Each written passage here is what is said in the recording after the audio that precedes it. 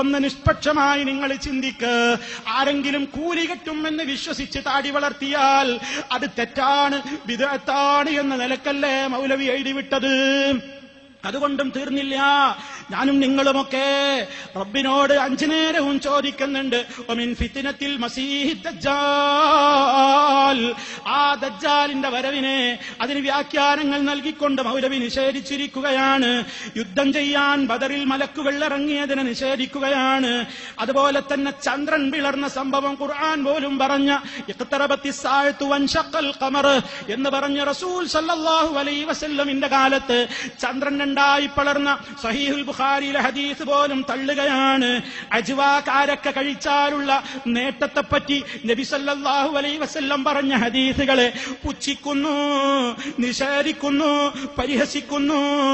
നബി സല്ലല്ലാഹു അലൈഹി വസല്ലമിന്റെ മുടിയും അതുപോലെ തന്നെ വിയർപ്പുമൊക്കെ സ്വഹാബത്ത് അന്ന് ഒറിജിനൽ ഉപയോഗപ്പെടുത്തിയതിനെ പറ്റി പോലും കുഫ്റാണെന്നും പൊട്ടത്തരമാണെന്നും പറഞ്ഞുകൊണ്ട് തബറുക്കിന്റെ വിഷയത്തിൽ വന്ന സർവ്വ ഹദീസുകളെയും തള്ളുകയാണ്.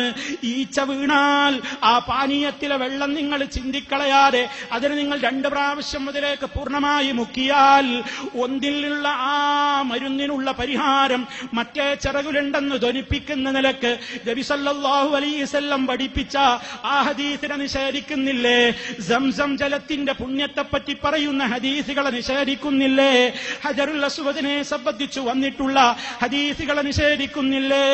ഇങ്ങനെ ഞാൻ എണ്ണിയതും എണ്ണാത്തതുമായി ധാരാളക്കണക്കിന് വിഷയങ്ങളിലുള്ള ഹദീസുകൾ ബുഖാരിയിൽ വന്നവ, മുസ്ലിമിൽ വന്നവ, അബൂദാവൂദിൽ വന്നവ, തിർമിദിയിൽ വന്നവ, നസായിയിൽ വന്നവ, ഇമാം അഹ്മദിന്റെ മുസ്നദിൽ വന്നവ, ഇമാം മാലിക്കിന്റെ മുവത്തയിൽ വന്നവ, ഇങ്ങനെ ധാരാളക്കണക്കിന് മുസ്നദുകളിലും ജാമികളിലും ഹദീസിന്റെ ഗ്രന്ഥങ്ങളിലുമൊക്കെ നിറഞ്ഞു കിടക്കുന്ന സ്വഹീഹായ ഹദീസുകളെ പച്ചക്ക് പരിഹസിക്കുന്ന ഒരു വിഭാഗമായിക്കൊണ്ട് അപ്പുറത്തുള്ള മൗലവിമാര് അതപ്പതിക്കുന്ന കാഴ്ചയല്ലേ കണ്ടുകൊണ്ടിരിക്കുന്നത്.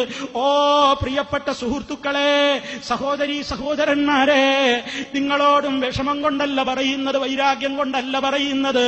നമുക്കൊക്കെ മരിച്ചു ചെന്ന് പരലോകത്തെത്തുമ്പോ നബി സല്ലല്ലാഹു അലൈഹി വസല്ലമിന്റെ ഹദീസുകളോട് പുച്ഛനയം സ്വീകരിച്ചാലുള്ള ശിക്ഷ കടുത്തതായിരിക്കുമെന്നറിയണ്ടേ.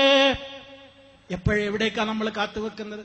പ്രിയമുള്ളവരെ, എത്ര കാലാണ് ഈ കക്ഷിവഴക്കും ഗ്രൂപ്പിസവും കണ്ടാൽ മിണ്ടായും അതുപോലെ തന്നെ കൊലവിളിയും ചീത്തവിളിയും ഒക്കെയായിട്ട് മുന്നോട്ട് കൊണ്ടുപോകുന്നത്?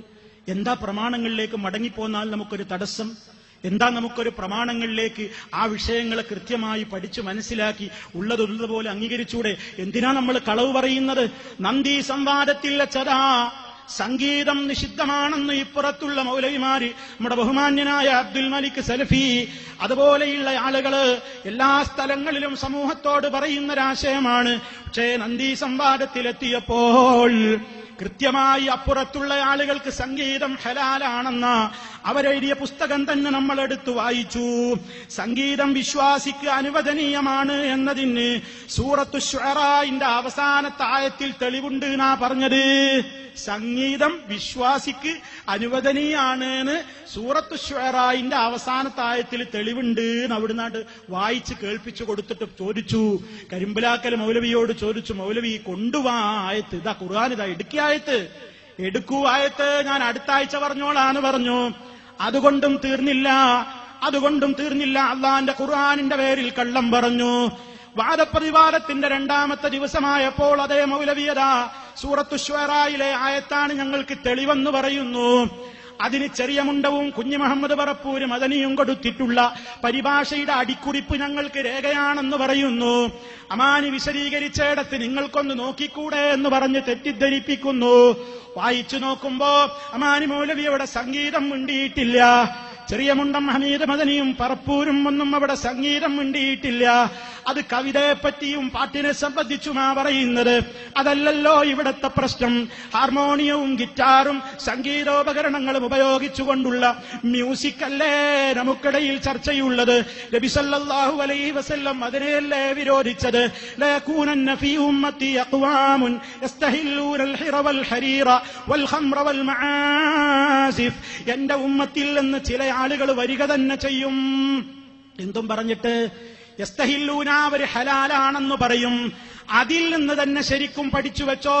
ഹലാലാണെന്ന് പറയും എന്ന് പറഞ്ഞാൽ തന്നെ മനസ്സിലായില്ലേ, ഹറാമായ കാര്യത്തെയല്ലേ ഹലാലാക്കൽ സംഭവിക്കുക.